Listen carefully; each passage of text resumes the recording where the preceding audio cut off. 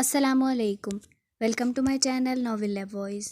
تمام video updates کے لیے میرے چینل ناول لیب وائس کو سبسکرائب کر کے بیل نوٹیفیکیشن کو آن کر دیں۔ تو آئیے سنتے ہیں آج کی ویڈیو میں مصنفہ ارحم سلیم کا ناول عشق 12، ایپیسوڈ نمبر 6۔ سورج ڈھلنے کے بعد رات کا اندھیرا چاروں اور پھیلنے لگا تھا۔ روشنیوں سے سجی نواب حویلی جگمگ کرنے لگی تھی۔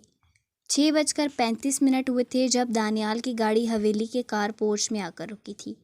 اسلام آباد اور بہاولپور میں 7 گھنٹے کا فاصلہ تھا اور دانیال یہ فاصلہ خود طے کر کے یہاں آیا تھا۔ وہ گاڑی سے نکلا اور سامنے کھڑی اس عالی شان حویلی کو دیکھا تھا۔ مارچ کا مہینہ چل رہا تھا، ٹھنڈ اب کافی کم ہو چکی تھی اور گرمیوں کا موسم شروع ہونے والا تھا۔ گرے ڈریس شرٹ کے ساتھ سیاہ پینٹ پہنے دانیال اپنے گاڑی کے پاس کھڑا تھا۔ اس کی گندمی رنگت چمک رہی تھی اور سنجیدہ چہرہ لیے وہ ہمیشہ کی طرح اچھا لگ رہا تھا۔ حویلی کے مین دروازے سے ایک دم رحمت بابر اپنے ایک ملازم کے ساتھ باہر آئے تھے۔ دانیال کی گاڑی کو پورچ میں رکتا دیکھ کر ملازم انہیں اطلاع کر چکے تھے۔ السلام علیکم۔ دانیال نے ان کی جانب بڑھتے انہیں سلام کیا۔ رحمت بابر نے آگے بڑھ کر اسے گلے لگا لیا۔ وعلیکم السلام، کیسے ہو برخوردار؟ اس کی پیٹھ تھپ تھپاتے رحمت بابر دانیال سے الگ ہوئے تھے۔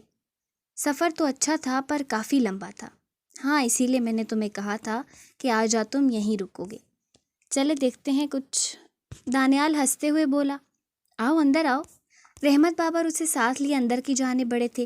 حویلی میں معمول کی رونق لگی تھی۔ ملازم یہاں سے وہاں جاتے دکھائی دے رہے تھے۔ دانیال ستائشی نظروں سے حویلی کو دیکھ رہا تھا۔ آپ کی حویلی بہت خوبصورت ہے، اس نے تعریف کرنا ضروری سمجھا تھا۔ شکریہ، یہ کافی سال پرانی لگتی ہے۔ ہاں، تقریباً 700 سال، لیکن وقت کے ساتھ ہم اس کی مرمت کرواتے رہے ہیں، اسی لیے یہ ابھی تک سلامت ہے۔ آؤ بیٹھو۔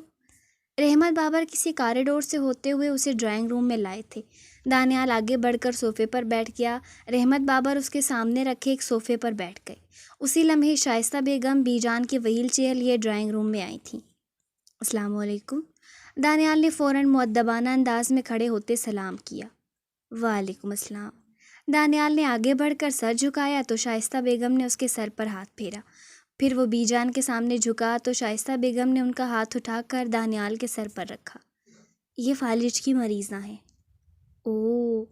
دانیال اس بات میں سر ہلاتے پیچھے ہوا۔ یہ شائستہ ہیں میری بیوی اور یہ بی جان میری والدہ۔ رحمت بابر نے ان کا تعارف کروایا تھا۔ شائستہ بیگم بی جان کی چیئر کو ایک طرف رکھتے خود رحمت بابر کے بغل میں بیٹھ گئیں۔ دانیال بھی واپس صوفے پر بیٹھ گیا۔ اس نے ایک نظر ڈرائنگ روم کے دروازے کے پار نظر آتے منظر کو دیکھا۔ کاریڈور خالی تھا۔ اس نے گہری سانس لیتے اپنی توجہ واپس ڈرائنگ روم میں موجود افراد کی جانب کی۔ بیٹا، آپ کو کوئی پریشانی تو نہیں ہوئی یہاں آنے میں؟ شائستہ بیگم نے مسکراتے ہوئے پوچھا۔ دانیال انہیں پہلی نظر میں اچھا لگا تھا۔ وہ خیالات جو ان کے ذہن میں دانیال کو لے کر آئے تھے اب غائب ہونا شروع ہو گئے تھے۔ جی بس تھوڑا لمبا تھا۔ اسلام آباد اور بہاولپور کافی دور ہے۔ جی۔ اور آپ کے گھر میں سب ٹھیک؟ جی الحمدللہ۔ ویسے کون کون ہے آپ کے گھر میں؟ شائستہ بیگم نے گفتگو آگے بڑھانے کی غرض سے پوچھا۔ میں، میری والدہ، والد اور ایک چھوٹی بہن ہے۔ اوہ، مطلب آپ اپنے ماں باپ کے اکلوتے بیٹے ہو؟ جی۔ 2 ملازم ٹرالی گھسیٹتے ڈرائنگ روم میں آئے تھے۔ ایک دم سے سارے میں چائے کی خوشبو پھیل گئی۔ پل میں ٹیبل مختلف قسم کے لوازمات سے سج گئی تھی۔ آپ لوگوں نے فضول میں اتنا تکلف کیا ہے؟ ملازم کے ہاتھ سے چائے لیتے دانیال نے شرمندگی سے کہا تھا۔ وہ ان کی مہمان نوازی دیکھ کر واقعی حیران رہ گیا تھا۔ جیسا سلوک اس نے ان کی بیٹی کے ساتھ کیا تھا، اس کے بعد اسے امید نہ تھی کہ اس کے گھر والے اسے یوں عزت دیں گے۔ وہ نہ جانے کیوں پر شرمندہ ہونے لگا تھا۔ کیوں ضرورت نہیں تھی؟ تم اتنا لمبا سفر کر کے آئے ہو، کوئی تکلیف نہیں کی ہم نے۔ ابھی تم نے نواب خاندان کی مہمان نوازی دیکھی نہیں ہے۔ رحمت بابر باروب انداز میں بولے تھے تو دانیال دھیمے سے مسکرا دیا۔ السلام علیکم۔ ڈرائنگ روم میں اس کی آواز گونجی تھی۔ چائے کی پیالی منہ تک لے جاتا دانیال کا ہاتھ ہوا میں ہی رک گیا۔ اس کا دل ایک دم رک کر زور سے دھڑکا تھا۔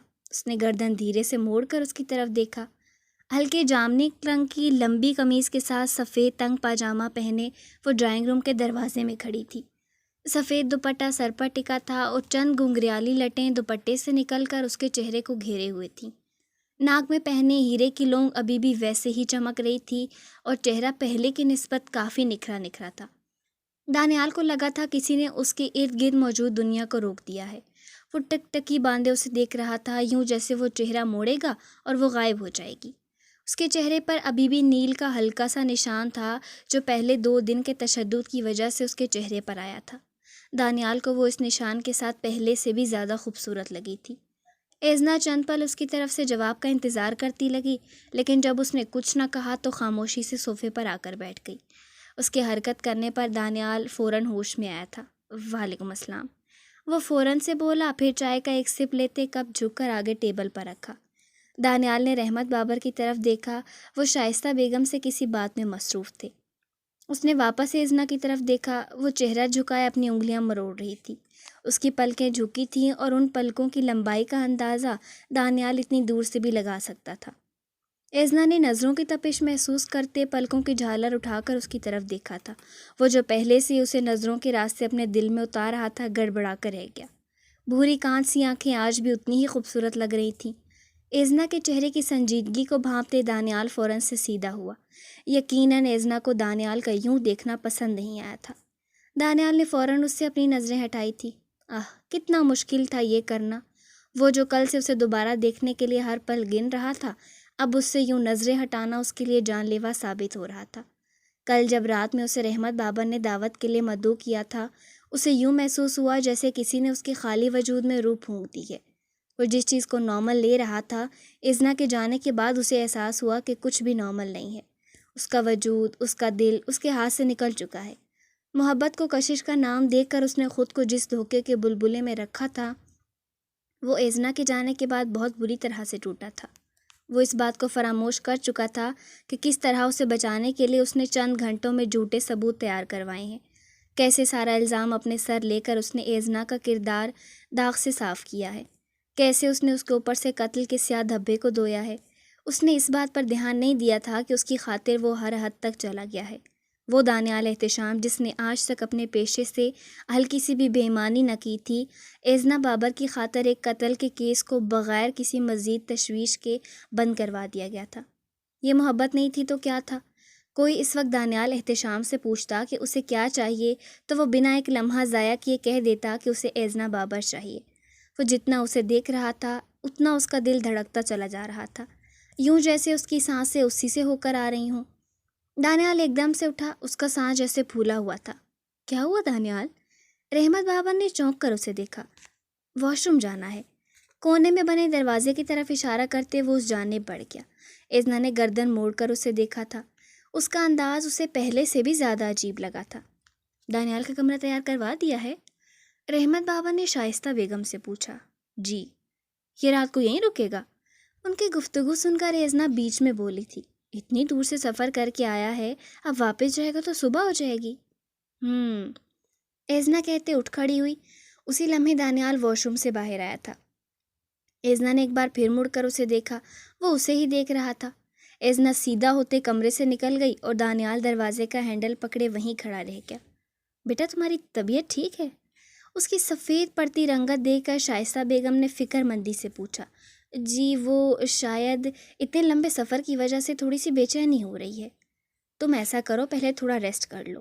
جی آؤ میں تمہیں تمہارا کمرہ دکھا دیتی ہوں۔ شائستہ بیگم اسے اپنے ساتھ لیے ڈرائنگ روم سے باہر آ گئیں، پھر اسی کاریڈور میں بنے ایک اور کمرے کے پاس لے آئیں۔ یہ تمہارا کمرہ ہے، کسی بھی چیز کی ضرورت ہو مجھے بتا دینا۔ جی۔ دانیال کمرے کا دروازہ کھولتے اندر چلا گیا۔ اپنے پیچھے دروازہ بند کرتے اس نے چند گہرے سانس لیے، پھر ایک بھرپور نظر کمرے پر ڈالی۔ نفاست سے سجا وہ کمرہ شاید گیسٹ ہاؤس تھا۔ وہ بیڈ پر گرنے کے انداز میں لیٹ گیا۔ چھت پر کسی غیر مرئی نقطے کو گھورتے وہ سوچوں کے سمندر میں غرق ہوتا چلا جا رہا تھا۔ رات کا کھانا سب نے مل بیٹھ کر کھایا تھا۔ ڈائننگ ٹیبل پر دانیال کی ملاقات ریحام سے بھی ہو چکی تھی۔ وہ چنچل شوخ قسم کی لڑکی اسے بہت پسند آئی تھی۔ کھانے کے بعد وہ واپس اپنے کمرے میں آ گیا تھا۔ شاور لے کر کپڑے چینج کرنے کے بعد وہ بیڈ پر بیٹھا فون استعمال کر رہا تھا جب اس کے کمرے کے دروازے پر دستک ہوئی۔ فون جیب میں ڈالتے دانیال اٹھا اور دروازہ کھولا۔ سامنے ریحام کھڑی تھی۔ السلام علیکم دانیال بھائی۔ ہاتھ پشت پر باندھے وہ مؤدبانہ انداز میں بولی تھی۔ اس نے دانیال کا جیسا نقشہ اپنے ذہن میں بنایا تھا اسے بالکل اس کے الٹ پایا تھا۔ رحمت بابا نے واقعی ٹھیک کہا تھا، کسی سے ملے بغیر اپنے ذہن میں اس کی شخصیت کا خاکہ نہیں بناتے، کیونکہ وہ خاکہ اکثر سے زیادہ بار غلط ہی ہوتا ہے۔ اسے دانیال پسند آیا تھا۔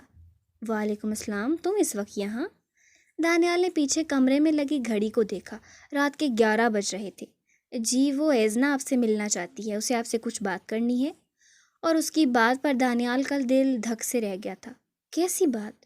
یہ تو میں نہیں جانتی، آپ آئیں میرے ساتھ، وہ باہر لان میں آپ کا انتظار کر رہی ہیں۔ چلو۔ کمرے کا دروازہ بند کرتے دانیال اس کے ہم قدم ہوا تھا۔ نہ جانے کن راستوں سے اسے گزارتے ریحام اسے لان میں لے کر آئی تھی۔ دانیال نے غور سے مصنوعی روشنیوں میں چمکتے اس لان کو دیکھا۔ یہ شاید لان کا پچھلا حصہ تھا، کیونکہ اس نے حویلی میں آتے ہی اس جگہ کو نہیں دیکھا تھا۔ لان کے ایک کونے میں چھوٹا سا ہٹ بنا تھا، جس کے نیچے چند کرسیاں اور ٹیبل رکھے تھے۔ وہاں اسے ایزنا کھڑی دکھائی دی تھی۔ اسی جامنی لباس میں ملبوس، اس کے بال کیچر میں بندھے تھے اور ہلکی ہلکی ہوا سے لہرا رہے تھے۔ دانیال نے بغور اس کے بالوں کو دیکھا۔ اس کے بال گھنگریالے اور بہت خوبصورت تھے۔ آپ بات کر لیں، میں چلتی ہوں۔ اسے ایزنا کے پاس چھوڑتے ریحام وہاں سے چلی گئی تھی۔ ایزنا بغیر دانیال پر ایک نظر ڈالے وہاں رکھی ایک کرسی پر بیٹھ گئی۔ بیٹھے، اس نے دانیال کو بیٹھنے کے لیے کہا۔ اگلے لمحے دانیال اس کے سامنے کرسی پر بیٹھا تھا۔ رات کی رانی کی میٹھی سی خوشبو پورے لان میں پھیلی تھی۔ دور کہیں ٹڈیوں کے بولنے کی آواز آ رہی تھی۔ میں آپ سے معافی۔ اسے خاموش دیکھ کر دانیال نے خود بات کا آغاز کیا، لیکن ایزنا نے اسے فوراً سے ٹوک دیا۔ میں نے آپ کو یہاں آپ کی معافی تلافی سننے کے لیے نہیں بلوایا۔ اس کا انداز حد سے زیادہ سنجیدہ تھا۔ دانیال ایک دم چونک کر سیدھا ہوا۔ وہ جو اس کی طرف سے تھوڑے نرم رویے کی توقع کیے بیٹھا تھا، اس کا یقین بہت بری طرح ٹوٹا تھا۔ میں سمجھا نہیں آپ کی بات۔ مطلب یہ کہ مجھے آپ کی معافی نہیں چاہیے، لیکن میں آپ سے معافی مانگنا چاہتا ہوں۔ آپ بے قصور تھیں، اس سب کے باوجود میں نے آپ کے ساتھ اتنا کچھ کیا، مجھے معاف کر دیں۔ یہ بات آپ بھی جانتے ہیں اور میں بھی کہ میں بے قصور نہیں تھی۔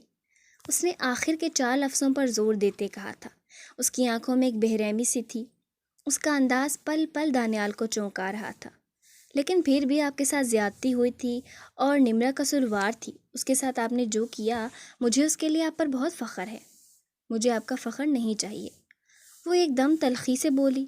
میں نے آپ کو یہاں جس کے لیے بلایا ہے، میں وہ بات کر لوں؟ اجازت لینے والے انداز میں اس نے پوچھا تھا۔ دانیال نے اس بات میں سر ہلا دیا۔ آپ نے میرے لیے سب جھوٹے ثبوت کیوں بنوائے؟ آپ نے اس کیس کو مزید تفتیش کے بغیر بند کیوں کروا دیا تھا؟ آپ کو معلوم تھا میرا باپ کسی نہ کسی طرح مجھے جیل سے نکلوا ہی لے گا، لیکن پھر بھی آپ نے وہ سب کیا، کیوں؟ اس کے لہجے میں ایک الجھن تھی، ایک بے چینی تھی۔ دانیال نے گہری سانس لے کر اس کی طرف دیکھا۔ اس سوال کا جواب تو اس کے پاس بھی نہ تھا۔ میں نے آپ کے ساتھ جو کیا اس کا مداوع کرنا چاہتا تھا۔ کیوں؟ کس لیے؟ کیونکہ دانیال نے ایک لمحے کے لیے ٹھہر کر اسے دیکھا۔ اس کی بھوری آنکھیں لان کی روشنیوں میں چمک رہی تھیں۔ نہیں، وہ اسے نہیں بتا سکتا تھا، کیونکہ مجھے لگا اس طرح آپ مجھے معاف کر دیں گی۔ آپ کو میری معافی کیوں چاہیے؟ کیونکہ میں نے آپ کے ساتھ غلط کیا تھا۔ مطلب آپ نے یہ سب اپنے اندر کے گل کو ختم کرنے کے لیے کیا تھا؟ نہیں، میں واقعی میں بہت شرمندہ تھا۔ ایزنا گہری سانس لیتے اٹھ کھڑی ہوئی۔ اسے دانیال کی یہ سب باتیں فضول لگ رہی تھیں۔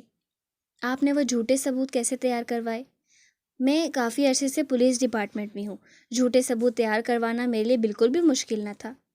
ایک بات میں آپ کو بتا دوں، ایزنا نے انگلی اٹھاتے کہا تھا۔ وہ کھڑی تھی اور دانیال گردن اونچی کیے کرسی پر بیٹھا اسے دیکھ رہا تھا۔ اگر تو آپ نے مجھ پر کوئی احسان کیا ہے نا، تو میں آپ کے اس احسان کو کسی کھاتے میں نہیں لاتی، کیونکہ آپ نے جو کیا اپنی مرضی سے کیا۔ میں نے آپ سے کچھ کرنے کے لیے نہیں کہا تھا۔ میں نے آپ پر کوئی احسان نہیں کیا ایزنا۔ آپ مجھ پر احسان کر بھی نہیں سکتے دانیال احتشام۔ میں مر جاؤں گی، کسی کے احسان مند نہیں ہوگی۔ آپ نے مجھے بس یہ پوچھنے کے لیے یہاں بلایا تھا؟ جی۔ آپ نے مجھے معاف کر دیا؟ دانیال نے کرسی سے کھڑے ہوتے پوچھا۔ وہ اس سے چند قدموں کے فاصلے پر کھڑا سیدھا اس کی آنکھوں میں دیکھ رہا تھا۔ نہیں۔ اس کے جواب پر دانیال کی آنکھوں میں جلتی امید کی کرن بجھی تھی۔ کیونکہ میں آپ سے نفرت کرتی ہوں۔ دانیال کو لگا جیسے کسی نے خنجر اس کے دل میں گھونپ دیا ہو۔ اس نے دانتوں کو سختی سے ایک دوسرے میں پیوست کرتے اس تکلیف کو سہا تھا۔ اتنی نفرت کی وجہ؟ نواب خاندان کی بیٹی ہونے کے باوجود یہ دنیا ایزنا بابر کو صرف نام کی حد تک جانتی تھی۔ آپ نے مجھے پولیس اسٹیشن تک گھسیٹا تھا، میڈیا پر میرے نام کے چرچے کروائے۔ میں شاید آپ کو معاف کر بھی دیتی، لیکن جو ہتک آمیز رویہ آپ نے میرے ساتھ وہاں رکھا تھا، اس کے بعد تو میں آپ کو مر کر بھی نہ معاف کروں۔ چلیں معاف نہ کریں، لیکن کم از کم مجھ سے نفرت تو نہ کریں۔ آپ نے خود مجھے مجبور کیا ہے کہ میں آپ سے نفرت کروں۔ نفرت بہت بڑا لفظ ہے ازنا۔ دانیال کے چہرے پر تکلیف ہی تکلیف تھی، یوں جیسے ازنا کا ہر لفظ کانٹے بن کر اس کے جسم میں اتر رہا ہو۔ میں جانتی ہوں، اور پھر بھی اسے آپ میرے لیے استعمال کر رہی ہیں۔ ہاں، لیکن میں نے اگر آپ کو تکلیف دی ہے تو آپ کو باعزت بری بھی کروایا ہے۔ آپ نے ابھی خود ہی کہا ہے کہ آپ نے مجھ پر کوئی احسان نہیں کیا۔ میرا باپ چاہتا تو ایک پل میں مجھے باعزت بری کروا سکتا تھا۔ تو آپ نے سوچ لیا کہ آپ مجھ سے نفرت ہی کریں گی۔ تلخی سے ہنستے دانیال نے ازنا کو دیکھا تھا جو اس کی تکلیف سے بے نیاز بنی کھڑی تھی۔ ہاں، جیسی آپ کی مرضی۔ ایک نظر اس کی طرف دیکھتے ازنا وہاں سے جانے لگی جب دانیال نے اسے پکارا تھا۔ آپ نے مجھ سے پوچھا تھا نا کہ میں نے آپ کے لیے سب کچھ کیوں کیا؟ ازنا نے مڑ کر اس کی طرف دیکھا۔ اس کی آنکھوں میں جواب سننے کے لیے بے چینی تھی۔ Anything for you. Daniyal اپنی بات کہہ کر رکا نہیں تھا۔ ازنا کے بغل سے گزرتا وہ اندر کی جانب بڑھ گیا۔ پیچھے ازنا حیرت زدہ چہرہ لیے اس کی پشت کو دیکھ رہی تھی۔ اسے دانیال کی بات بالکل سمجھ نہ آئی تھی۔ دانیال کی گاڑی موٹر وے پر بھاگتی چلی جا رہی تھی۔ ارد گرد موجود نظارے پیچھے چھوٹتے چلے جا رہے تھے۔ اس کی سنجیدہ نظریں سامنے موجود لمبی سڑک پر تھیں اور ذہن میں کچھ گھنٹے پہلے کا خیال چل رہا تھا۔ حویلی کے وسیع باغ میں واک کرتے دانیال اس وقت خود کو بہت پرسکون محسوس کر رہا تھا۔ ہلکی ہلکی ہوا چل رہی تھی جو جسم کو تر و تازگی بخش رہی تھی۔ ٹراؤزر شرٹ پہنے جیبوں میں ہاتھ ڈالے وہ یوں ہی لان میں ٹہل رہا تھا جب اس کی نظریں اوپر کی طرف اٹھیں اور پھر واپس پلٹنا بھول گئی۔ سامنے بنے اس خوبصورت ٹیرس پر ازنا کھڑی تھی۔ اس کے گھنگھرالے بال کھلے تھے اور پشت پر بکھرے تھے۔ شارٹ قمیض کے نیچے گھیر دار شلوار پہنے وہ کافی کا مگ ہاتھ میں پکڑے ریلنگ کے ساتھ ٹیک لگائے کھڑی تھی۔ صبح کی روشنی میں اس کی ملائی جیسی جلد مزید چمک رہی تھی۔ وہ ہاتھ میں پکڑے مگ سے ایک سپ لیتے مڑی اور اندر کی طرف بڑھ گئی۔ دانیال جو گردن اونچی کیے ساکت سا اسے دیکھ رہا تھا، پل میں ہوش میں آیا، پھر اپنا سر جھٹکتے واپس سے اپنے مشغلے میں مصروف ہو گیا جب اسے کسی کے پکارنے کی آواز آئی۔ وہ مڑا تو اسے چند قدموں کے فاصلے پر ریحام کھڑی تھی۔ اس کے دیکھنے پر وہ مسکراتے ہوئے اس کی جانب آئی۔ السلام علیکم دانیال بھائی۔ وہ اسے چند قدموں کے فاصلے پر آ کر رک گئی۔ دانیال نے مسکرا کر اسے دیکھا تھا۔ اس نے واک دوبارہ سے شروع کر دی تو ریحام بھی اس کے ہم قدم ہوئی۔ وعلیکم السلام، کیسی ہو؟ جیسی کل رات کو تھی۔ اور کل رات کو کیسی تھی؟ جیسی ابھی ہوں۔ وہ اپنی ہی بات پر ہنستے ہوئے بولی۔ اسے ہنستا دیکھ کر دانیال بھی ہنس دیا۔ اس لڑکی کو بات بات پر مسکرانے کی عادت تھی اور وہ اپنے ساتھ دوسروں کو بھی مسکرانے پر مجبور کر دیتی تھی۔ مجھے تو آپ بالکل فٹ لگ رہی ہیں، فٹ اور خوبصورت۔ انگلی اٹھا کر کہتے ریحام نے اس کی بات کی تصحیح کی تھی۔ دانیال ایک بار پھر سے ہنس دیا۔ اوکے اوکے، فٹ اور خوبصورت، دانیال نے سرنڈر کرنے والے انداز میں ہاتھ اٹھاتے کہا تھا۔ ویسے آپ کو ایک بات بتاؤں؟ آپ ایک چھوڑ کر دو باتیں بتائیں۔ آپ سے ملاقات کرنے سے پہلے میرے آپ کے بارے میں کافی مختلف خیالات تھے، جیسا کہ مجھے لگا تھا کہ آپ کوئی بہت کھڑوس قسم کے پولیس آفیسر ہوں گے جن کی بڑی بڑی مونچھیں ہوتی ہیں۔ اس کے یوں نقشہ کھینچنے پر دانیال کہکا لگا بیٹھا۔ ارے آپ ہنس رہے ہیں؟ میں سچ کہہ رہی ہوں، میں نے واقعی آپ کے بارے میں ایسا سوچا تھا۔ تو میں امید کروں کہ اب مجھ سے ملاقات کرنے کے بعد آپ کے خیالات میں تبدیلی آئی ہوگی۔ جی بالکل بالکل۔ I must say you are very nice person with a charming personality. بہت شکریہ محترمہ ریحام آپ کی تعریف کا، یہ میرے لیے اعزاز کی بات ہے۔ قسم سے دانیال بھائی، میں آپ کی پرسنالٹی سے بہت امپریس ہوئی ہوں۔ میں 5 سال بڑی ہوتی نا، میں آپ کو شادی کے لیے پروپوز کر دینا تھا۔ اور یہ دانیال پھر سے کہکا لگا کر ہنس دیا۔ میں خود کو خوش نصیب تصور کروں گا کہ آپ نے میرے بارے میں ایسا سوچا۔ اس نے آنکھ کے کونے سے آنسو کا قطرہ صاف کرتے کہا۔ ہنس ہنس کر اس کی آنکھوں میں پانی آ گیا تھا۔ ریحام بیٹا، صاحب جی کو لے کر اندر آ جائیں، بڑے صاحب بلا رہے ہیں، کھانا لگ گیا ہے۔ حویلی کے مین دروازے کے پاس کھڑے ایک ملازم نے جا کر ریحام اور دانیال کو متوجہ کیا تھا۔ جی آ رہے ہیں، ریحام بھی جواب میں اس سے بلند آواز میں چلائی۔ چلیں دانیال بھائی، بلاوا آ گیا ہے۔ دانیال مسکراتے ہوئے اس کے ہم قدم ہوا اور وہ دونوں اندر کی جانب بڑھ گئے۔ اندر ناشتے کی ٹیبل پر ہر کوئی موجود تھا سوائے ازنا کے۔ دانیال کافی دیر تک دل میں امید لیے وہاں بیٹھا رہا کہ ازنا آئے گی، لیکن وہ نہیں آئی تھی۔ اور پھر ناشتے کے بعد چائے سے لے کر حویلی سے نکلنے تک اسے ازنا کی ایک جھلک بھی نظر نہ آئی۔ وہ شاید اس سے ملنا ہی نہیں چاہتی تھی۔ حویلی سے نکلتے بار بار گردن موڑے وہ اس امید سے پیچھے دیکھتا کہ شاید وہ کہیں سے نظر آ جائے، لیکن وہ نہیں آئی تھی۔ وہ اس سے ملنے آتی ہی کیوں، بنا اس سے ملے وہ حویلی سے نکل آیا تھا۔ حویلی کے لوگوں نے واقعی اس کی مہمان نوازی میں کوئی کسر نہ چھوڑی تھی، لیکن ایزنا کے رویے سے ایک بات کا احساس تو ہو گیا تھا، وہ شاید اسے کبھی نہیں دیکھ پائے گا۔ آسمان اور زمین میں جو ہے اسی اللہ کا ہے، اور جو اس کے پاس ہیں وہ اس کی عبادت سے نہ سرکشی کرتے ہیں اور نہ تھکتے ہیں، شب و روز تسبیح کرتے ہیں تو ساحل نہیں برتتے۔ کیا انہوں نے زمین سے ایسے معبود بنا رکھے ہیں جو انہیں زندہ کرتے ہیں؟ آسمان و زمین میں اللہ کے سوا معبود ہوتے تو دونوں کے نظام درہم برہم ہو جاتے۔ بس پاک ہے اللہ، رب عرش ان باتوں سے یہ بناتے ہیں۔ سورۃ الانبیاء۔ تلاوت کی پرسکون آواز اس پورے کمرے میں گونج رہی تھی۔ کھڑکیوں کے پردے ہٹے تھے اور چڑیوں کے چہچہانے کی ہلکی ہلکی آواز آ رہی تھی۔ کمرے کے وسط میں پڑے بیڈ پر سیان بیٹھا تھا، اس کی آنکھیں بند تھیں اور وہ پرسوز آواز میں قرآن پڑھ رہا تھا۔ بیڈ کے سامنے رکھے صوفوں پر ذوالکیف بیٹھا تھا، وہ مسکراتی ہوئی نظروں سے اس کی طرف دیکھ رہا تھا۔ سیان نے تلاوت ختم کی اور آنکھیں کھولتے سامنے بیٹھے ذوالکیف کو دیکھا، وہ مسکراتے ہوئے اس کی طرف دیکھ رہا تھا۔ ذوالکیف اپنے اپارٹمنٹ سے زیادہ سیان کے اپارٹمنٹ میں ہی پایا جاتا تھا۔ یوں سمجھ لو کہ ہفتے میں سے 5 دن وہ سیان کے اپارٹمنٹ ہوتا اور 2 دن اپنے۔ ایسے کیا دیکھ رہے ہو؟ اس کی مسکراتی ہوئی نظروں سے جھنجھلاتے سیان بولا تھا۔ تمہیں معلوم ہے تمہاری آواز کتنی خوبصورت ہے؟ اس کی بات پر سیان دھیرے سے مسکرا دیا، پھر آگے بڑھ کر کمرے سے اٹیچ ٹیرس کا دروازہ کھولا تو ٹھنڈی ہوا کو اندر آنے کا راستہ مل گیا۔ تم یہ بات ہر روز مجھ سے کہتے ہو؟ ہاں، کیونکہ تمہاری آواز واقعی میں بہت خوبصورت ہے۔ یہ ان کا روز کا معمول تھا۔ مسجد میں ایک سال فجر کی نماز ادا کرنے کے بعد وہ سیان کے کمرے آتے تھے۔ سیان تلاوت کرتا اور ذوالکیف اسے یوں ہی سنتا تھا۔ بابا بھی یہی کہتے تھے۔ بابا لفظ ادا کرتے ہی سیان کی آنکھوں میں ایک چمک سی آئی تھی۔ ذوالکیف نے بغور اس کے نقوش میں چھلکتی چمک کو دیکھا تھا۔ بابا کی بہت خواہش تھی کہ میں حافظ قرآن بنوں، اور جس دن میرا حفظ مکمل ہوا تھا، میں نے بابا کو اپنی پوری زندگی میں اتنا خوش نہیں دیکھا جتنا اس دن دیکھا تھا۔ انہوں نے پورے خاندان میں مٹھائیاں بانٹی تھیں اور ایک ایک شخص کو خود جا کر فخر سے بتایا تھا کہ میرے بیٹے کا حفظ مکمل ہو گیا ہے۔ تم نے حفظ اپنے بابا کی خواہش پر کیا تھا نا؟ ہاں، لیکن ان کے جانے کے بعد مجھے احساس ہوا کہ وہ مجھ پر کتنا بڑا احسان کر کے گئے ہیں۔ یہ قرآن جو میرے سینے میں ہے، دنیا اور آخرت دونوں میں مجھے فائدہ دینے والا ہے۔ گہری سانس لیتے ذوالکیف اٹھا تھا۔ چلو میں چلتا ہوں، اب پھر ریسٹورنٹ بھی جانا ہے۔ تم آج ولیم سے ملنے جاؤ گے؟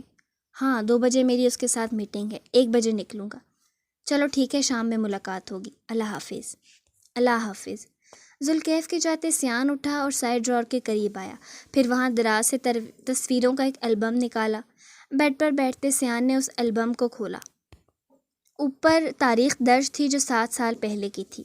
سیان سفید شلوار قمیض کے ساتھ سر پر اونی ٹوپی پہنے کرسی پر بیٹھا تھا۔ اس کے چہرے پر ایک بڑی سی مسکراہٹ تھی اور گلے میں سرخ گلابوں کا ہار۔ اس کے بالکل ساتھ اس کے بابا بیٹھے تھے، جنہوں نے اس کی طرح ہی سفید شلوار قمیض اور ٹوپی پہن رکھی تھی۔ دونوں باپ بیٹا نیلی آنکھوں میں چمک لیے حد سے زیادہ خوش دکھائی دے رہے تھے۔ سیان نے نرمی سے ان تصویروں پر ہاتھ پھیرا، ایک اداس مسکراہٹ اس کے ہونٹوں پر آئی تھی۔ اس نے البم بند کرتے سائڈ پر رکھا اور اپنا فون اٹھا لیا۔ ایسے ہی مختلف ایپس پر سکرول کرتے اسے ایک دم اس میسج کا خیال آیا تھا جو جم کرتے اسے آیا تھا۔ اس وقت وہ اس میسج کو اگنور کر گیا، لیکن اب تجسس کے مارے اس نے میسج کھول لیا۔ تو میں اس سے ملنا چاہوں گا۔ سیان کا میسج تقریباً 1 ہفتے پہلے بھیجا گیا تھا، جس کا جواب اسے کل آیا تھا۔ کچھ چیزوں کو حاصل کرنے کے لیے ان کی کھوج کرنی پڑتی ہے۔ محنت کے بعد ملنے والی شے کی انسان سچے دل سے قدر کرتا ہے۔ اس کے جواب پر سیان کے ابرو ایک دم سے اکٹھے ہوئے تھے۔ اسے اس بات کی کچھ سمجھ نہیں آئی تھی۔ اس میسج کو ایک بار پھر سے اگنور کرتے وہ واپس اپنے نوٹ پیڈ پر آیا اور حسب معمول لکھنا شروع کر دیا۔ ہم مختلف انسانوں کی زندگی میں مختلف کردار ادا کرتے ہیں۔ اگر آپ بریانی کھا رہے ہوں اور آپ کے منہ میں الائچی آ جائے تو یقیناً آپ منہ کے زاویے بگاڑتے اسے باہر نکال پھینکیں گے، لیکن اسے الائچی کے بنا ہماری چائے ادھوری ہوتی ہے۔ بالکل اسی طرح ہم کسی کی زندگی میں بریانی کی الائچی ہوتے ہیں تو کسی کی زندگی میں چائے کی۔ قصور الائچی کا نہیں، قصور بریانی یا چائے کا ہے کہ وہ خود میں اس الائچی کو کیسا سواد دیتی ہیں۔ ہم کسی کی زندگی میں چائے کی الائچی نہیں بن سکتے۔ کچھ لوگوں نے ہمیں نکال باہر پھینکنا ہوتا ہے، اس لیے نہیں کہ ہم برے ہوتے ہیں، بلکہ اس لیے کہ ہم ان کی زندگی میں ان کی پسند کے مطابق سواد نہیں دے رہے ہوتے۔ ان لفظوں کو پوسٹ کرنے کے بعد وہ واپس اس میسج پر آیا تھا جو اس گمنام اکاؤنٹ سے اسے آیا تھا۔ اسے سمجھ نہیں آ رہا تھا اس بات کا کیا جواب دے۔ کافی دیر اسکرین کو گھورنے کے بعد اس نے میسج ٹائپ کرنا شروع کیا۔ مجھے آپ کی بات سمجھ نہیں آئی۔ ابھی اس نے میسج بھیجا ہی تھا کہ دوسری طرف سے فوراً سین ہو گیا، جیسے مقابل موبائل ہاتھ میں تھامے اس کے میسج کا انتظار میں تھا۔ دوسری طرف سے میسج لکھے جانے کا نوٹیفیکیشن آنے لگا۔ سیان اٹھا اور باہر ٹیرس پر آ گیا۔ باہر آج سورج نے اپنی جھلک نہیں دکھائی دی تھی اور آسمان پر ہلکے سیاہ بادلوں کا بسیرا تھا۔ گرین ٹی شرٹ کے ساتھ سیاہ ٹراؤزر پہنے وہ رف سے حلیے میں بھی اچھا لگ رہا تھا۔ آنکھوں میں ابھی بھی نیند کی وجہ سے ہلکی سی سرخی تھی۔ وہ باہر کی رکھی کرسی پر آ بیٹھا۔ سامنے لندن کی اسکائی ہائی عمارتوں کا منظر تھا۔ فون کی رنگ پر اس نے نظر جھکا کر اسکرین کو دیکھا، پھر دائیں ہاتھ کے انگوٹھے سے اسکرین سوائپ کرتے میسج کو کھولا۔ مشکل چیزیں اتنی آسانی سے سمجھ میں نہیں آتی۔ آپ گھما پھرا کر باتیں کیوں کر رہی ہیں؟ سیان نے اس کا میسج پڑھتے جواب لکھا تھا۔ کیونکہ میرے خیال سے آپ کو آسان الفاظ لکھنے اور پڑھنے کی عادت نہیں۔ آپ میرے بارے میں کچھ نہیں جانتی۔ ویسے اصولاً یہ میرا جملہ ہونا چاہیے کہ آپ میرے بارے میں کچھ نہیں جانتے۔ میں آپ کو جاننا بھی نہیں چاہتا، لیکن میں چاہتی ہوں کہ آپ مجھے جانیں۔ اور آپ ایسا کیوں چاہتی ہو؟ سیان کی انگلیاں تیزی سے اسکرین پر حرکت کر رہی تھیں۔ دوسری طرف سے بھی فوراً جواب پر جواب آ رہا تھا۔ پتہ نہیں، شاید اس لیے کہ میں آپ کو جاننا چاہتی ہوں۔ اور اب آپ مجھے کیوں جاننا چاہتی ہیں؟ کچھ چیزوں کی چاہ انسان پر فرض ہوتی ہے اور آپ کو جاننے کی چاہ مجھ پر فرض ہے۔ اس جواب پر وہ جی بھر کر لاجواب ہوا تھا۔ اس نے کسی ایسے جواب کی توقع نہیں کی تھی۔ ایک دم سے اسے دوسری جانب موجود شخص سے خوف سا محسوس ہوا تھا، ایک اندیکھا انجانا سا خوف، جیسے اس جملے کے الفاظ اسے خود میں جکڑ رہے ہوں۔ وہ اس جملے کی تاثیر سے نکل نہیں پا رہا تھا۔ سر کو جھٹکتے اس نے فون سائلنٹ پر لگاتے کرسی کے پاس رکھے ٹیبل پر رکھ دیا۔ اس کی پرسوچ نظریں نظر آتی سامنے عمارتوں پر تھیں۔ کون تھی یہ لڑکی اور اتنی پراسرار سے کیوں تھی؟ نہ جانے کیوں، لیکن اس کے بارے میں سوچ کر اب اس کا دماغ الجھنے لگا تھا۔ وہ اس وقت گفتگو کے بعد چاہ کر بھی اس کا خیال اپنے ذہن سے جھٹک نہیں پا رہا تھا۔ سیان ایک دم سے اٹھا اور اندر کمرے میں بنے واش روم کی طرف بڑھ گیا۔ اسے اپنا دماغ ریفریش کرنے کی ضرورت تھی۔ باہر ٹیبل پر پڑے اس کے موبائل کی اسکرین جل کر بجھی تھی۔ اوپر ایک میسج جگمگا رہا تھا۔ امید کرتی ہوں ہماری یہ گفتگو آپ کے لیے یادگار رہی ہوگی۔ میں نے ازنا کے لیے ایک رشتہ دیکھا ہے۔ کرسی پر بیٹھ کر کتاب پڑھتے رحمت بابا نے آنکھوں پر لگی گلاسز اتارتے شائستہ بیگم سے کہا تھا، جو ان سے کچھ فاصلے پر رکھے بیڈ پر بیٹھے فون چلا رہی تھیں۔ ان کی بات پر شائستہ بیگم نے چونک کر ان کی طرف دیکھا۔ جی؟ ان کے انداز میں حیرت تھی۔ میں نے ازنا کے لیے ایک رشتہ دیکھا ہے۔ شائستہ بیگم نے فون بند کرتے ایک طرف دیکھا اور پوری طرح سے رحمت بابر کی طرف متوجہ ہوئی۔ یوں ایک دم سے ازنا کے رشتے کی بات؟ ہاں تو کچھ غلط نہیں کہا میں نے؟ ماشاءاللہ سے وہ 22 سال کی ہو گئی ہے، اب اس کی شادی کا ہی سوچنا ہے ہمیں۔ ہاں لیکن یوں ایک دم سے اچانک آپ نے لڑکا بھی دیکھ لیا۔ رشتہ اچھا ہے، میں ہاتھ سے جانے نہیں دینا چاہتا، لیکن آپ نے پہلے کبھی ذکر نہیں کیا اس بارے میں۔ ہاں کیونکہ میں نے خود اس بارے میں کل رات ہی سوچا ہے۔ لیکن ازنا کی پڑھائی اور وہ جو اسکالرشپ کا ذکر کر رہی تھی، اس بات کو ذہن میں رکھتے میں نے اس کے رشتے کا سوچا ہے، جو کچھ پہلے چند دنوں میں ہو چکا ہے۔ میں چاہتا ہوں اس کا جلد از جلد کسی اچھی جگہ رشتہ ہو جائے۔ رہی بات پڑھائی کی، تو جس لڑکے کے بارے میں نے سوچا وہ کبھی اس کی پڑھائی میں رکاوٹ نہیں ڈالے گا۔ لیکن پھر بھی ایک دم مجھے ازنا پر بھروسہ ہے، اسے میرے فیصلے سے کوئی مسئلہ نہیں ہوگا۔ میں نہیں چاہتا وہ مزید مشکلات کا شکار ہو۔ لیکن پھر بھی رحمت، مجھے آپ کے یوں اچانک فیصلے کی سمجھ نہیں آ رہی۔ دیکھو شائستہ، جو کچھ پچھلے دنوں میں ہو چکا ہے، میں اور تم یہ بات بہت اچھے سے جانتے ہیں کہ اس کے ازنا کی زندگی پر کیسے اثرات آنے والے ہیں۔ ہم جانتے ہیں ہماری بیٹی کیسی ہے، لیکن یہ دنیا مرتے دم تک اب اس کے دامن سے جیل کا داغ نہیں مٹنے دے گی۔ اس لیے میں چاہتا ہوں وقت پر ہی اپنی بیٹی کو ذمہ دار ہاتھوں میں سونپ دوں۔ لیکن پھر بھی جلد بازی کا فیصلہ؟ ہم کون سا اسے کل ہی رخصت کر رہے ہیں، ہر چیز دیکھ بھال کر کریں گے۔ چلیں جیسے آپ کی مرضی، شائستہ بیگم نے گہری سانس لیتے کہا اور واپس فون اٹھا لیا۔ لیکن ان کے دماغ کی سوچیں اب کسی اور طرف جا چکی تھیں۔ بچپن میں پڑھا تھا قلم بہت طاقتور چیز ہے۔ آج جب قلم ہاتھ میں آیا تو احساس ہوا کہ قلم کیسے دنیا بدل دیتا ہے۔ جذبات کو لفظوں میں سمیٹنا اور پھر اپنے اندر موجود سیاہی کو صفحے پر بکھیر دینا یقیناً کوئی عام بات نہیں۔ ایک لکھاری وہی لکھتا ہے جو اس کے اندر ہوتا ہے۔ میں کافی عرصے تک یہ سمجھتا رہا کہ میرے لفظ میرے اندرونی حالت کی عکاسی نہیں کرتے، لیکن اب میں نے یہ بات قبول کر لی ہے کہ میرے لکھے جانے الفاظ ہی میرا حاصل ہیں۔ ایک لکھاری جو چیزیں ایکسپیرینس کرتا ہے اسے کہانی کی شکل دے کر اپنے قائرین کے حوالے کرتا ہے۔ وہ جو سبق اپنی زندگی سے لیتا ہے چاہتا ہے کہ اس کے الفاظ کے ذریعے وہ سبق اس کے قائرین بھی سیکھ لے۔ ایک لکھاری کو اس کے قائرین سے بہتر کوئی نہیں جانتا۔ وہ اپنے قائرین کے سامنے کھلی کتاب ہوتا ہے، لیکن وہ کتاب جو دوسری زبان میں ہوتی ہے، جسے سمجھنے کے لیے قارئین کو وہ مخصوص زبان سیکھنی پڑتی ہے، اور جو اس زبان کو نہیں سیکھتے وہ لکھاری کو کبھی نہیں سمجھ پاتے۔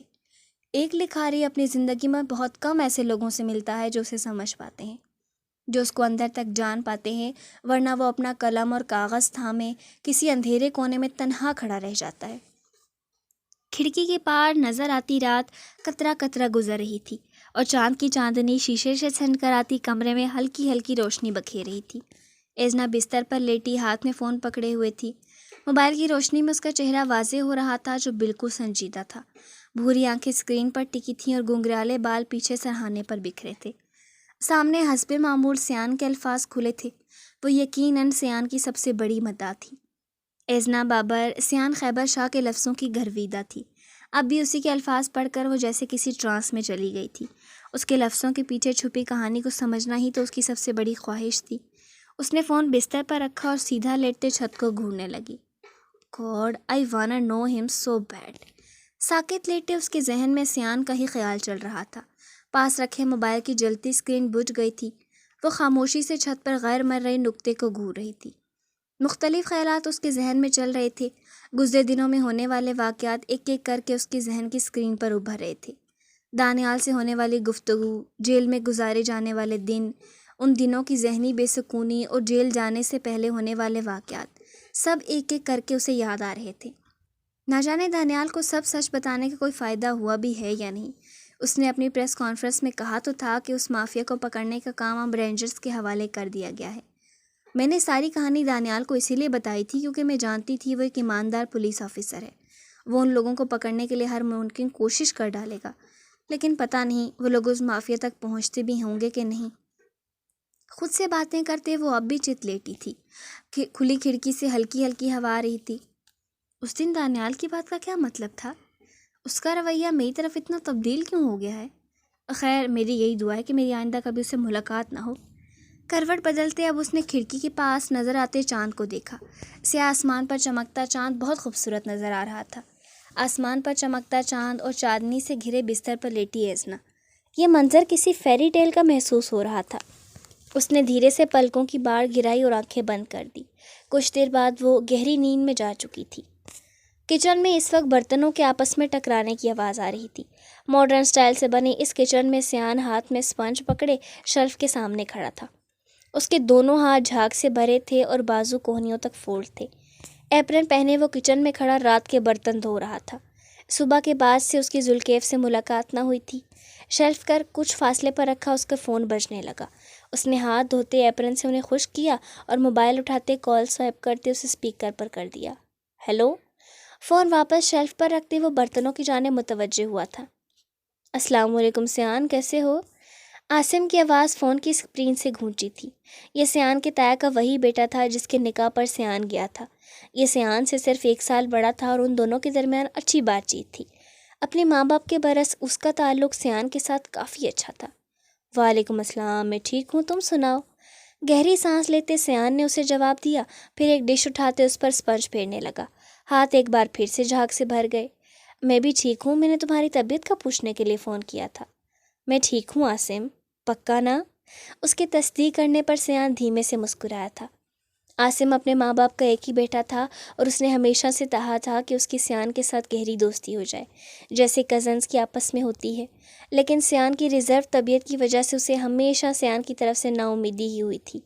لیکن سیان کو اپنا یہ کزن دوسرے رشتہ داروں کی نسبت کچھ حد تک پسند تھا۔ یہی وجہ تھی کہ اس کے نکاح کے فنکشن پر وہ اتنے جوش سے گیا تھا۔ وہ الگ بات ہے، وہاں جا کر اسے بالکل ہی مختلف حالات کا سامنا کرنا پڑا تھا۔ میں ٹھیک ہوں عاصم، فکر نہیں کرو۔ چلو تم کہتے ہو تو مان لیتے ہیں۔ تم سناؤ، کیسی جا رہی ہے نکاح شدہ لائف؟ اس کی بات پر دوسری طرف عاصم کا کہکا گونجا تھا۔ مت پوچھو یار، مجھے تو ایسے محسوس ہو رہا ہے جیسے میں نے ایک چھوٹی سی بچی گود لے لی ہے۔ ہر وقت اس کی سنو، اسے مناؤ، اس کی ضدیں پوری کرو، اور اگر اس کی کسی بات کو نہ کہہ دو تو محترمہ ایسے روتی ہیں کہ پتہ نہیں میں نے کیا کر دیا ہے۔ تمہیں یہ شوق تھا لو میرج کا، اب بھگتو۔ بھگت ہی تو رہا ہوں۔ ویسے تمہارا کب تک ارادہ ہے شادی کا؟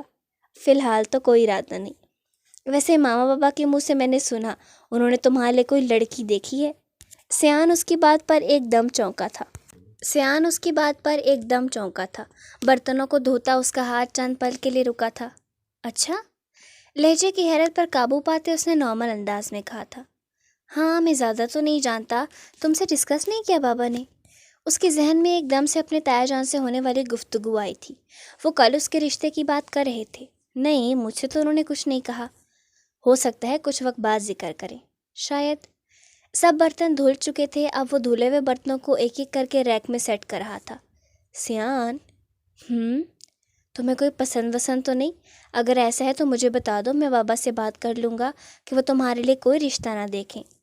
مجھے کوئی پسند نہیں ہے عاصم۔ تو مطلب تم اس لڑکی سے شادی کر لو گے جو ماما بابا نے تمہارے لیے دیکھی ہے؟ اب میں نے ایسا بھی نہیں کہا۔ پھر؟ مجھے ابھی شادی نہیں کرنی عاصم۔ کیوں؟ اب اس کیوں کا تو جواب نہیں ہے میرے پاس۔ ہاتھوں کو خشک کرتے اس نے شیلف پر رکھا فون اٹھایا اور چلتے ہوئے لاؤنج میں آیا۔ وہاں رکھے صوفوں پر بیٹھ گیا۔ مجھے لگ رہا ہے تمہیں کوئی پسند ہے، لیکن تم مجھ سے چھپا رہے ہو۔ مجھے کوئی پسند نہیں ہے عاصم۔ اب کی بار وہ اپنی بات پر زور دیتے بولا تھا۔ اوکے، مجھے یقین ہے تمہاری بات پر۔ چلو میں تم سے بعد میں بات کروں گا، مجھے ذوالکیف کی طرف جانا ہے۔ اوکے ٹھیک ہے، خدا حافظ۔ اللہ حافظ۔ فون بند کرتے اس نے جیب میں ڈالا اور اٹھ کھڑا ہوا۔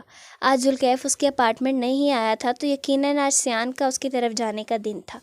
اپنے اپارٹمنٹ کے دروازے کو لاک کرتے وہ ذوالکیف کے اپارٹمنٹ کی طرف گیا تھا۔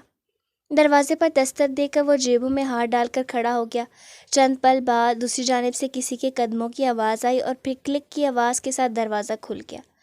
سیان خود ہی دروازہ دھکیلتے اندر داخل ہوا اور اپنے پیچھے دروازہ بند کر دیا۔ ذوالکیف جا کر لاؤنج میں رکھے ایک صوفے پر بیٹھ گیا۔ اس کے گھر کا نقشہ تقریباً سیان کے گھر جیسا ہی تھا۔ تم آئے نہیں آج؟ سیان نے اس کے بغل میں بیٹھتے ہوئے کہا۔ تھک گیا تھا کافی ریسٹورنٹ سے آ کر۔ ہو گیا سب کام؟ ہاں، کل سے کنسٹرکشن شروع ہو جائے گی۔ کافی نقصان ہو گیا ہے۔ یہ تو ہے۔ تم کچھ کھاؤ گے؟ نہیں، میں کھانا کھا کر آیا ہوں۔ اچھا، پر مجھے بھوک لگی ہے، کچھ آرڈر کریں؟ تم کر لو، میں تو نہیں کھاؤں گا۔ اوکے۔ ذوالکیف نے جیب سے فون نکالا اور ایک پیزا کا آرڈر دیا۔ لاؤنج میں لگی LED پر کوئی مووی چل رہی تھی۔ سیان نے ریموٹ اٹھاتے اسے میوٹ کر دیا۔ مجھے کچھ بات کرنی ہے تم سے۔ ہاں بولو۔ عاصم کی کال آئی تھی ابھی۔ ہاں تو؟ تایا نے کوئی لڑکی دیکھی ہے میرے لیے؟ کل بھی جب وہ ملنے آئے تھے تو مجھ سے پوچھ رہے تھے کہ میرا شادی کے بارے میں کیا خیال ہے۔ تو اس میں کیا ہے، دیکھنے دو انہیں لڑکی۔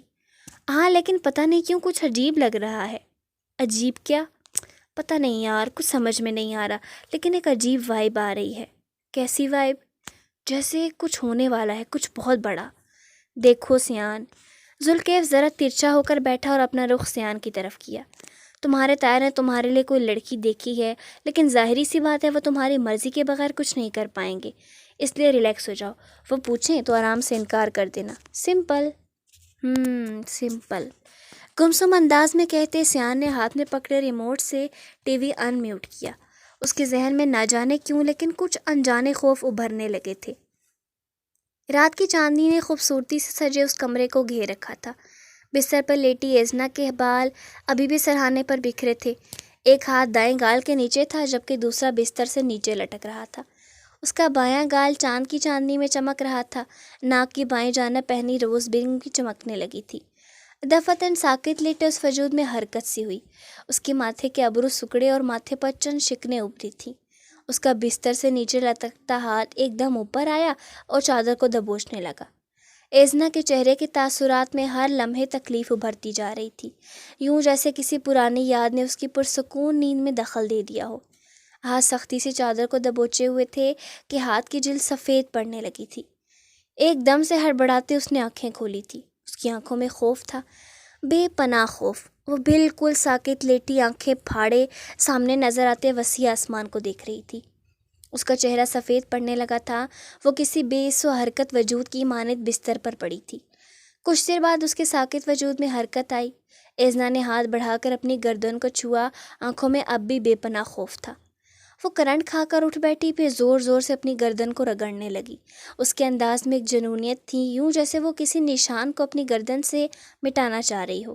اس کی گردن سرخ پڑنے لگی، آنکھوں سے اب پانی بہنا شروع ہو چکا تھا۔ وہ اٹھی اور باتھ روم کی طرف بھاگی۔ واش روم میں آتے اس نے کانپتے ہاتھوں سے شاور چلایا اور اس کے نیچے کھڑی ہو گئی۔ قسم ہے روز روشن کی اور رات کی، جب اس کی تاریکی چھا جائے۔ پانی قطرہ قطرہ اس کے وجود سے بہنے لگا۔ وہ اب بھی پاگلوں کی طرح اپنی گردن کو رگڑ رہی تھی۔ مارچ کے مہینے میں وہ رات کے 3 بجے ٹھنڈے پانی کے نیچے کھڑی تھی۔ آپ کے رب نے آپ کو نہیں چھوڑا اور نہ ہی وہ ناراض ہوا۔ اس کا پورا وجود بھیگ چکا تھا۔ ٹھنڈ اور خوف کی وجہ سے وہ ہولے ہولے لرزنے لگی، ہاتھ اب بھی گردن کو رگڑ رہے تھے۔ وہ لمس، اس عورت کے چھونے کا احساس آج بھی وہاں موجود تھا۔ وہ احساس ہر رات اس کا پیچھا کرتا تھا۔ بے شک اس رات وہ بے ہوش تھی، لیکن ایک احساس تھا، اور یہ احساس اس کے بدن کو شعلوں کی لپوٹ میں لے لیتا تھا۔ اور آخرت آپ کے لیے دنیا سے کہیں بہتر ہے۔ وہ روتے روتے نیچے زمین پر بیٹھ گئی۔ پانی کے قطروں کے ساتھ اس کے آنسو بھی بہنے لگے۔ چہرہ جھکاتے شاور کے نیچے بیٹھے وہ بھلک بھلک کر روتی۔ اس کا پورا بدن جل رہا تھا۔ ایک آگ تھی جو اسے اپنے بدن پر دوڑتی محسوس ہو رہی تھی۔ جہاں جہاں ان ہاتھوں کا لمس موجود تھا، اس کا دل چاہا اس حصے کو اپنے جسم سے چیر کر کہیں پھینک ڈالے۔ ان قریب آپ کا رب آپ کو اتنا عطا فرمائے گا کہ آپ راضی ہو جائیں گے۔ رونے سے اب اس کا گلا بیٹھنے لگا تھا، لیکن جسم کی آگ ٹھنڈے پانی سے بھی بجھ نہیں رہی تھی۔ یہ کیسی تکلیف تھی؟ اس تکلیف کے پیچھے وہ اپنے ہاتھوں کو نمرہ کے خون سے رنگ بیٹھی تھی، لیکن یہ تکلیف تو اس کو مارنے کے بعد بھی ختم نہ ہوئی تھی۔ اس کا دل چاہتا خود کو ختم کر ڈالے، لیکن پھر خودکشی کے خیال پر وہ خود کو ہی کوس بیٹھی۔ وہ اتنی کمزور ایمان کی نہیں تھی کہ اتنا کچھ جھیلنے کے بعد اس تکلیف کے سامنے گھٹنے ٹیک دے۔ وہ نہیں جانتی تھی اسے سکون کیسے ملنے والا تھا۔ شاید اسے اب ساری زندگی ہی اس تکلیف کے ساتھ گزارنی تھی۔ اس نے آنکھیں کھولی تو خود کو واش روم کے ٹھنڈے فرش پر لیٹے پایا۔ شاور اب بھی چل رہا تھا اور وہ ایک کونے میں سکڑے سمٹے لیٹی تھی۔ اس کا پورا جسم ٹھنڈ کی وجہ سے اکڑ چکا تھا۔ ایک کراہ کے ساتھ وہ لڑکھڑاتے ہوئے اٹھی اور شاور بند کرتے قدم قدم چلتے واش روم کے شیشے کے سامنے آ کھڑی ہوئی۔ آئینے میں اس کا عکس واضح تھا۔ ہلکے گیلے گنگرالے بال اس کے چہرے سے چپکے تھے اور آنکھیں سرخ تھیں۔ نل کھولتے اس نے پانی کی دھار کے نیچے ہاتھ کیا اور ہاتھوں کے پیالوں میں پانی بھرتے چہرہ دھونے لگی۔ پانی قطرہ قطرہ اس کے شفاف چہرے پر سے بہنے لگا۔ دانت برش کرنے کے بعد اس نے تولیے سے منہ پوچھا اور واش روم سے نکل کر باہر آئی۔ گھڑی پر نظر ڈالی تو صبح کے 9 بج رہے تھے۔ وارڈروب سے اپنے لیے نیا سوٹ نکال کر وہ پھر سے واش روم میں بند ہو گئی۔ 20 منٹ بعد واش روم سے باہر آئی تو گیلے بال تولیے میں بند تھے، اور ڈریسنگ ٹیبل کے سامنے آ کھڑی ہوئی اور لوشن اٹھا کر ہاتھوں پر لگانے لگی۔ پھر چہرے پر موئسچرائزر لگا کر اس نے بالوں سے تولیہ علیحدہ کیا اور انہیں سکھانے لگی۔ اس کے بال گھنگریالے تھے اور اسے ان کی خاص کیئر کرنی پڑتی تھی۔ تولیے سے بالوں کو ہلکا ہلکا سکھا کر اس نے ایک جار سے کریم نکال کر اپنے ہاتھوں پر لگائی اور بالوں میں لگانے لگی۔ یہ کریم اس کے بالوں کو فریزی ہونے سے بچاتی تھی اور اس کے قدرتی کل خراب نہیں ہوتے تھے۔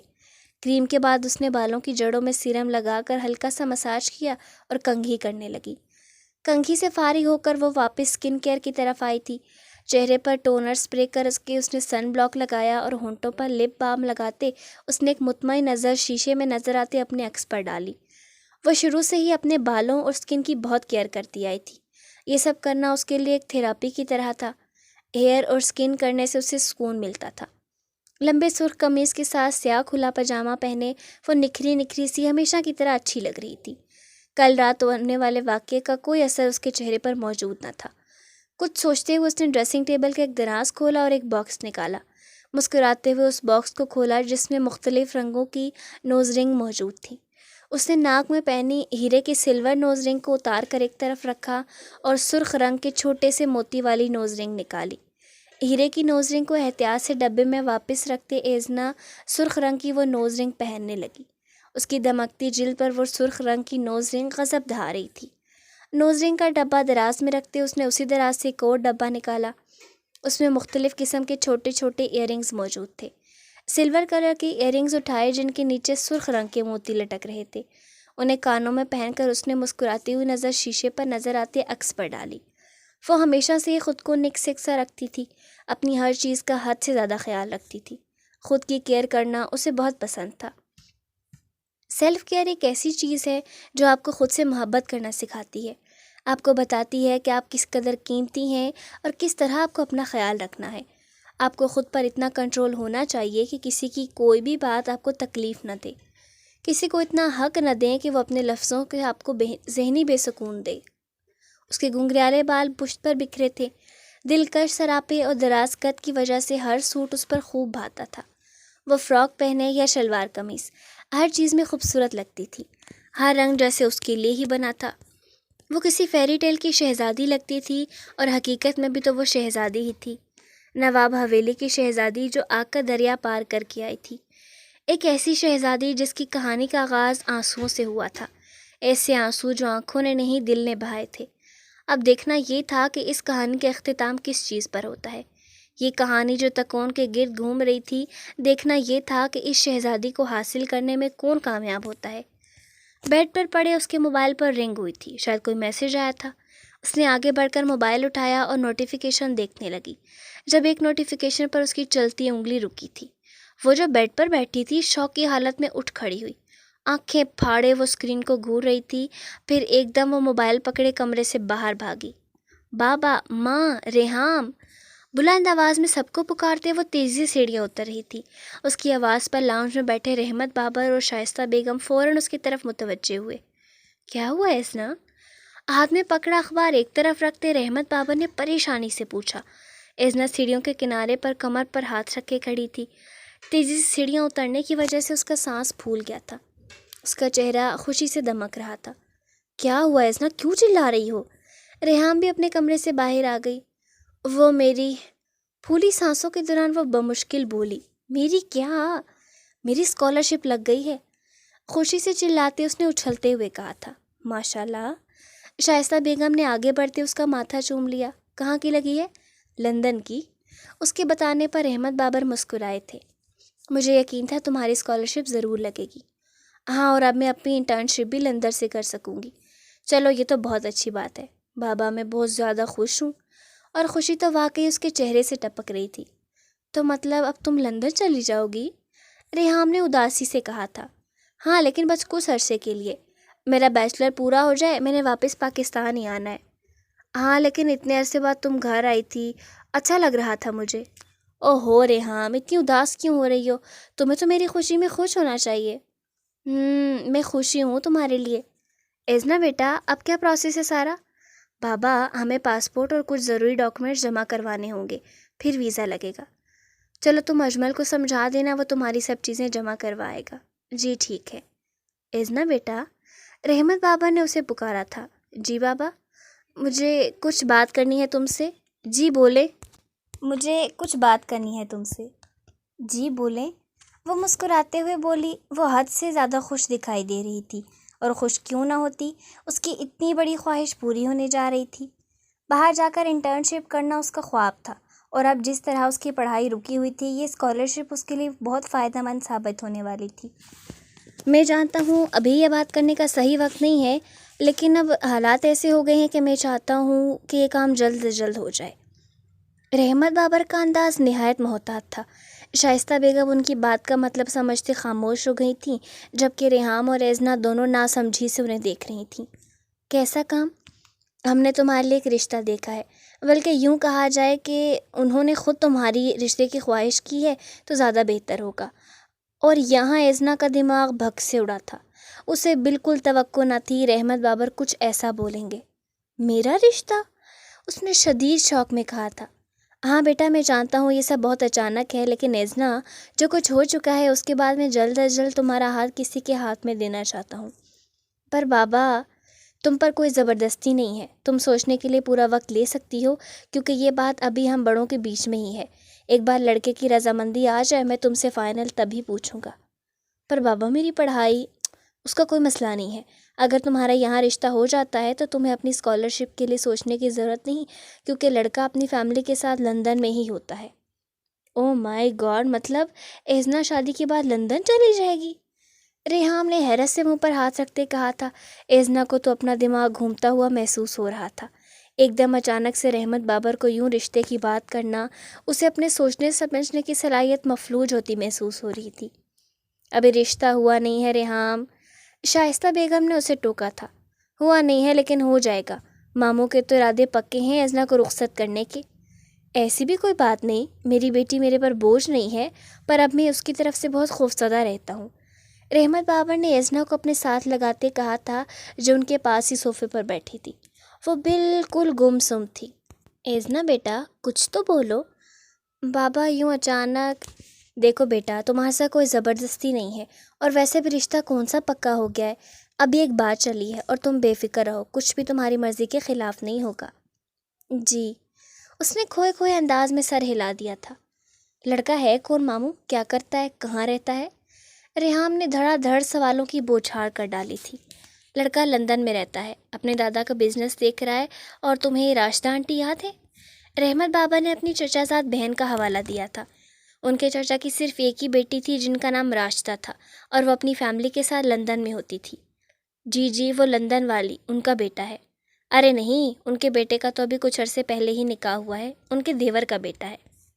اوہ، مطلب راشدہ آنٹی نے ایسنا کا رشتہ مانگا ہے؟ نہیں، راشدہ کے شوہر عمر نے۔ عمر کے چھوٹے بھائی سے میری کافی دوستی تھی، اور ہماری یہ دوستی راشدہ کی شادی سے بھی پہلے کی ہے۔ ہم دونوں بچپن کے دوست تھے، ایک دوسرے کے گھر میں کافی آنا جانا تھا، اسی وجہ سے راشدہ اور عمر کا رشتہ ہو گیا تھا۔ پھر وہ لوگ باہر چلے گئے تو بات چیت تقریباً ختم ہو گئی۔ تو مطلب راشدہ آنٹی کے شوہر عمر انکل نے ایزنا کا رشتہ مانگا ہے؟ ہاں، تو ان کے چھوٹے بھائی سے آپ کی بات نہیں ہوئی جو لڑکے کا باپ ہے؟ وہ اب اس دنیا میں نہیں، کافی سال پہلے اس کا ایک روڈ ایکسیڈنٹ میں انتقال ہو گیا تھا۔ اوہ، ریحام نے سمجھنے والے انداز میں کہا۔ ایزنا اس سب گفتگو سے بے نیاز ایک دم خاموش بیٹھی تھی۔ لڑکے کا نام کیا ہے ماموں؟ سب کچھ بتا دوں؟ صبر کرو ذرا، لڑکے کی ہاں تو آنے دو۔ کیا مطلب لڑکے نے ابھی تک ہاں نہیں کی؟ ہاں، عمر نے ابھی مجھ سے بات کی ہے، ایک دفعہ وہ بھتیجے سے پوچھ لے، پھر ہم دیکھیں گے ہمیں کیا کرنا ہے۔ کیا مطلب ابھی تک لڑکے سے پوچھا ہی نہیں؟ ریحام نے آنکھیں پٹ پٹاتے شوق سے کہا تھا۔ بولا تو ہے کہ ابھی بس ہم بڑوں نے بات کی ہے، جیسے ہی عمر مجھے کچھ بتائے گا ہم دیکھ لیں گے ہمیں کیا کرنا ہے۔ میں نے ایزنا کو صرف اس لیے بتایا کہ وہ اپنا ذہن بنا لے۔ ایزنا بیٹا تمہیں کوئی اعتراض تو نہیں؟ رحمت بابا نے خاموش بیٹھی ایزنا سے پوچھا۔ اس کا چہرہ ایک دم سنجیدہ تھا۔ اس نے نظریں اٹھا کر وہاں موجود صد افراد کو دیکھا، شائستہ بیگم، رحمت بابر، ریحام۔ رحمت بابر جو کر رہے تھے یقیناً اس کی بھلائی کے لیے ہی کر رہے تھے۔ جیل جانے کے بعد بھی کوئی اس کا رشتہ مانگ رہا تھا، یہ یقیناً ایک بڑی بات تھی۔ رشتے کی بات پر اس کے ذہن میں سب سے پہلا خیال سیان کا آیا تھا۔ اس کا دماغ حد سے زیادہ الجھ چکا تھا۔ بابا مجھے کچھ وقت چاہیے۔ ہاں بیٹا ضرور، کوئی مسئلہ نہیں۔ دھیرے سے سا لے لاتے ایزنا اٹھ کھڑی ہوئی تھی، اس کے قدم اپنے کمرے کی جانب تھے۔ ایزنا بیٹا ناشتہ کر کے جانا اوپر، شائستہ بیگم نے اسے پیچھے سے پکارا تھا۔ آتی ہوں موم، تھوڑی دیر میں، وہ کہتی سیڑھیاں چڑھنے لگی۔ جس پرجوشی کے ساتھ وہ نیچے آئی تھی اب وہ اس کی چال میں سے غائب تھی۔ سیان اس کے لیے لا حاصل تھا، وہ یہ بات بہت پہلے سے جانتی تھی، لیکن جب سے اس سے بات ہوئی تھی نہ جانے کیوں لیکن اسے پانے کی تڑپ بڑھ گئی تھی۔ اس تڑپ پر قابو پانے کے لیے اسے کچھ وقت کی ضرورت تھی، کیونکہ یہ بات تو صاف ظاہر تھی کہ سیان کبھی بھی اس کا نصیب نہیں بن سکتا تھا۔ لاؤنج کی سب بتیاں اس وقت روشن تھی، ایک عجیب سی خاموشی وہاں چھائی تھی۔ سیان دونوں ہاتھوں کی مٹھی بنائے آگے کی جانب جھکا بیٹھا تھا۔ کچن کے کاؤنٹر کے پاس رکھے ذوالکیف بیٹھا تھا۔ لاؤنج کے صوفوں پر سیان کے ساتھ اس کے تایا اور تائی بھی بیٹھے تھے۔ لاؤنج کی ایک پوری دیوار شیشے کی تھی جس کے اس پار ٹیرس تھا۔ تاریک آسمان سے شیشے کی دیوار صاف نظر آ رہا تھا۔ سیان سنجیدہ چہرہ لیے وہاں بیٹھا تھا۔ ایک دم سے اس نے آنکھیں اٹھا کر اپنے تایا کو دیکھا، اس کی آنکھوں کے کنارے غصے سے صرف ہو رہے تھے۔ آپ نے اتنا بڑا فیصلہ مجھ سے پوچھے بغیر کیسے کر سکتے ہیں؟ اس کے لہجے سے اس کا غصہ صاف ظاہر تھا۔ ذوالکیف نے بے اختیار کانوں کو ہاتھ لگایا تھا، اسے سیان کے غصے سے بہت ڈر لگتا تھا۔ میں نے خیبر سے وعدہ کیا تھا میں تمہاری ہر ذمہ داری پوری کروں گا، تو ان ذمہ داریوں کا خیال آپ کو پہلے کبھی کیوں نہیں آیا؟ سیان، تمہارے تایا نے کچھ سوچ کر ہی یہ فیصلہ کیا ہے۔ میں آپ سے بات نہیں کر رہا تائی۔ ہاتھ اٹھا کر سیان نے انہیں بولنے سے روکا تھا۔ اس کے انداز پر اس کی تائی کے چہرے سے ایک رنگ آ رہا تھا اور دوسرا جا رہا تھا۔ سیان، یہ کیا طریقہ ہے؟ اس کے تایا غصے سے بولے تھے۔ آپ کو کس نے حق دیا آپ میری زندگی کا اتنا بڑا فیصلہ کریں؟ سیان، میری بات سنو، مجھے آپ کی کوئی بات نہیں سننی، آپ لوگ یہاں سے جا سکتے ہیں۔ میں اپنی بات منوائے بنا یہاں سے نہیں جاؤں گا۔ اس کے تایا ہٹ درمی سے بولے تھے۔ سیان نے ضبط بھری سانس لیتے انہیں دیکھا تھا۔ میں مر جاؤں گا اس لڑکی سے شادی نہیں کروں گا جو آپ نے میرے لیے پسند کی ہے۔ آپ لفظ پر زور دیتے سیان نے انگلی اٹھا کر اپنی تائی کی جانب اشارہ کیا تھا۔ اس کی تائی نے سیان کے انداز پر آنکھیں گھمائی تھی۔ اور اگر میں یہ کہوں کہ تمہارے بابا کی بھی یہی خواہش تھی تو؟ اس کی تایا نے آخری حرف آزمایا تھا۔ سیان نے چونک کر انہیں دیکھا تھا۔ کیا مطلب؟ اس کی تایا نے جیب سے ایک لفافہ نکال کر اس کی طرف بڑھایا۔ سیان نے اسے تھامتے فوراً سے کھولا تھا۔ اندر کچھ تصویریں تھیں۔ وہ ایک ایک کر کے ان تصویروں کو دیکھنے لگا۔ میں جانتا ہوں تم اس لڑکی کو اس لیے انکار کرے کیونکہ وہ تمہاری تائی کی رشتہ دار ہے، لیکن سیان، ایزنا کے والد تمہارے بابا کے بہت اچھے دوست تھے۔ میرا اور راشدہ کا رشتہ بھی اسی وجہ سے ہوا تھا۔ یہ ہماری نہیں بلکہ تمہارے بابا کی خواہش تھی کہ تمہارا رشتہ ایزنا سے ہو۔ اس کے تایا نے مسکراتے ہوئے کہا تھا۔ سیان ساکت سا ان تصویروں کو گھور رہا تھا جس میں اس کے بابا رحمت بابر کے ساتھ کھڑے تھے۔ ایزنا بہت اچھی لڑکی ہے سیان، اس کا تعلق بہت اونچے خاندان سے ہے، وہ ہر لحاظ سے تمہارے قابل ہے۔ اس کے تایا نے مسکراتی ہوئی نظروں سے اپنی بیوی کو دیکھا تھا۔ سیان اب بھی خاموش بیٹھا ان تصویروں کو گھور رہا تھا۔